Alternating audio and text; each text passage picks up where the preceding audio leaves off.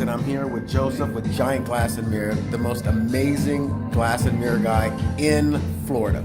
Okay? Thank you very much. And today we're going to talk to you a little bit about how to install a mirror properly and what to use. And because he's a professional, I'm going to leave it all up to him and he's going to tell us how to do it. Awesome. Thank you very much.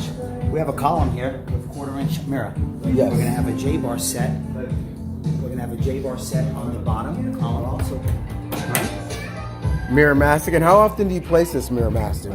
How often? On this column, I went ahead and I did a little overkill. We went about it every 12 inches. Why? God forbid that it breaks, it's all going to stay there on the column. Right. If somebody happens to smash into it or whatever, it's going to stay on the column. There's no fear of coming off of the column. But it's going to, the J-bar on the top, hold off the, you don't need the J-bar, it's an extra to hold it from leaning Okay. out.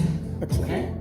Check it out while they're sticking it. It forms a tremendous suction on the This is on how the mirror. it is installed.